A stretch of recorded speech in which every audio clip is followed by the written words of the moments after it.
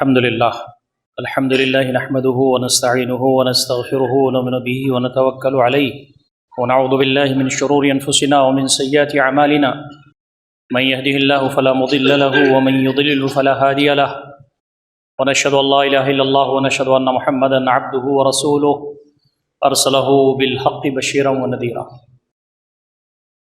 أعوذ بالله من الشيطان الرجيم. بسم الله الرحمن الرحيم. ومن أظلم ممن منع مساجد الله أن يذكر فيها اسمه وسعى في خرابها أولئك ما كان لهم أن يدخلوها إلا خائفين لهم في الدنيا خزي ولهم في الآخرة عذاب عظيم. صدق الله العلي العظيم. وعن أبي هريرة رضي الله تعالى عنه أنه قال قال النبي صلى الله تعالى عليه وسلم احب البلاد الى اللہ مساجدها رواہ مسلم او کما قال النبی صلی اللہ تعالی علیہ وسلم. محترم سامعین خطبہ جمعہ، بزرگوں، نوجوان بھائیوں اور عفت مآب ماں اور بہنوں، السلام علیکم ورحمۃ اللہ وبرکاتہ. اللہ رب العزت کو سب سے زیادہ جو چیز تکلیف دیتی ہے وہ شرک ہے.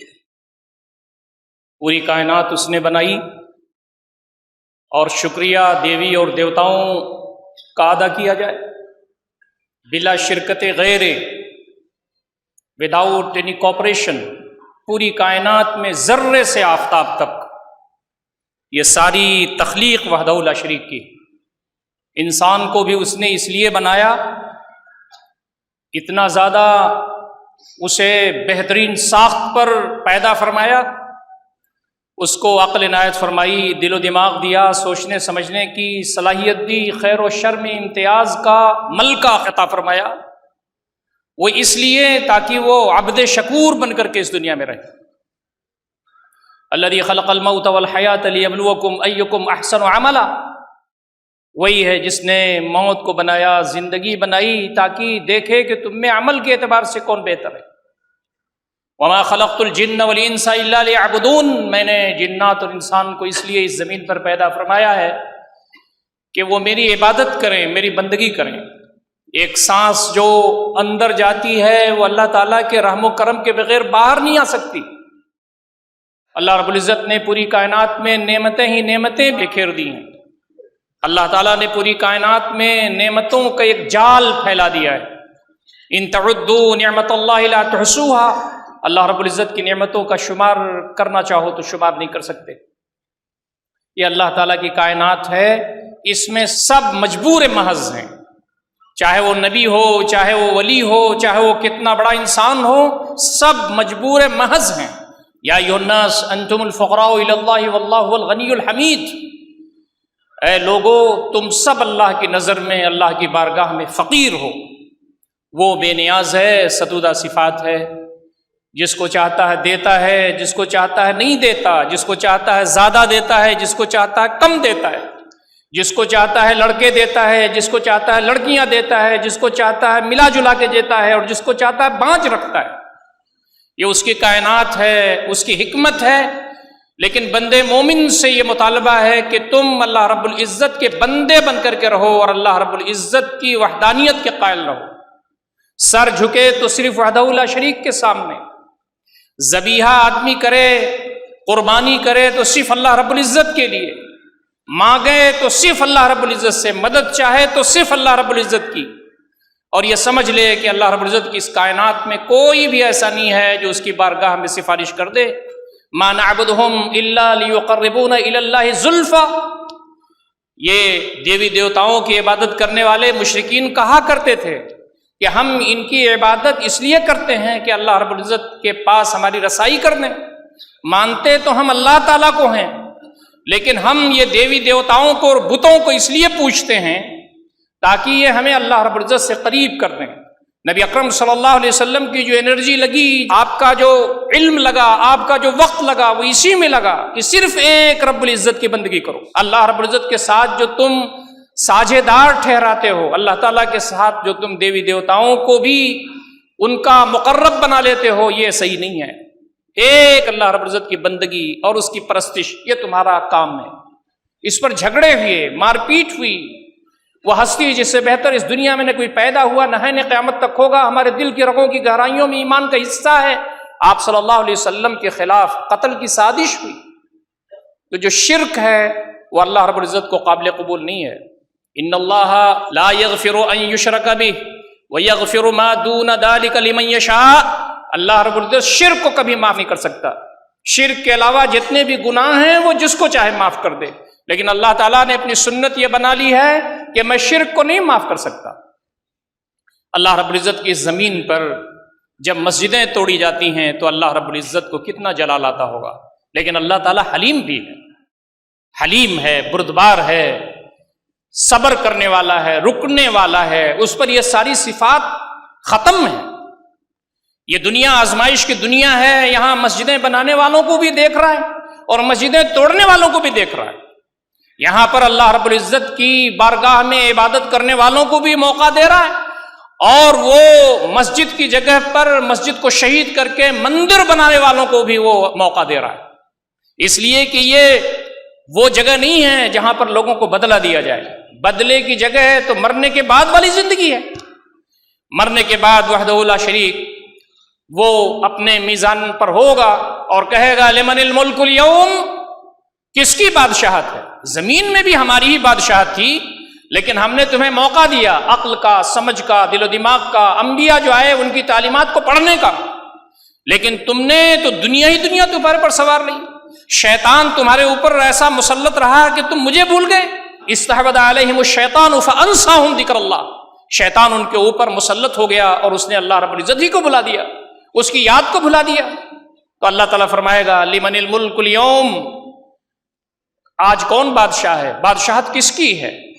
تو یہ پوری آواز وہاں ہر چہار جانب سے آئے گی للہ الواحد القہار، اس وحدہ لا شریک کی ہے جو غالب ہے بندوں پر، ان کے مسائل کو جاننے والا ہے۔ یہ جابر و ظالم لوگ رہتی دنیا سے لے کر کے اب تک جنہوں نے ظلم کیا، جنہوں نے ذاتیاں کی، جنہوں نے کفر کیا، جنہوں نے شرک کیا، جو صنادید شرک کے بڑے ہی گرویدہ تھے، وہ سب لائے جائیں گے، پھر اللہ رب العزت کے سامنے سر جھکائے کھڑے ہوں گے اور جہنم ان کی منتظر ہوگی۔ لیکن اس زمانے میں جہاں مسجدیں توڑی گئیں، جہاں لوگوں کو پریشان کیا گیا، جہاں اہل ایمان کو طرح طرح سے پریشانیوں میں ڈالا گیا، جسمانی پریشانی بھی اور ذہنی پریشانی بھی، انہوں نے اس پر صبر کیا اپنے نبی کے طرز پر، نبی رحمت صلی اللہ علیہ وسلم کے طرز پر، کہ مارے گئے، پیٹے گئے، شہید کیے گئے، خانہ کعبہ میں بت رکھا گیا، لیکن وہ پیغمبر اپنے مشن میں لگا رہا۔ تو یہ امت جس نے صبر کیا، دعوت دی، بندگان خدا کو اللہ کا پیغام پہنچایا اور وہ ڈٹے رہے، جمے رہے، کوئی ایسا کام نہیں کیا جس سے فساد فی الارض پھیلے، انارکی پھیلے، وہ سب وہاں لائے جائیں گے اور اللہ رب العزت ان کو نوازے گا۔ تو آج تیاریاں ہو رہی ہیں بابری مسجد کو شہید کر کے اس کے ڈھیر پر مندر کے افتتاح کی، پورا ملک غور سے دیکھ رہا ہے، پوری دنیا غور سے دیکھ رہی ہے، 22 تاریخ کا انتظار ہے، جلد بازی اتنی ہے کہ بلڈنگ مکمل ہی نہیں ہے، جتنے بھی مٹھادیش ہیں ملک کے چاروں، وہ سب بیانات پر بیانات دے رہے ہیں، بھائی ہم شریک نہیں ہو سکتے،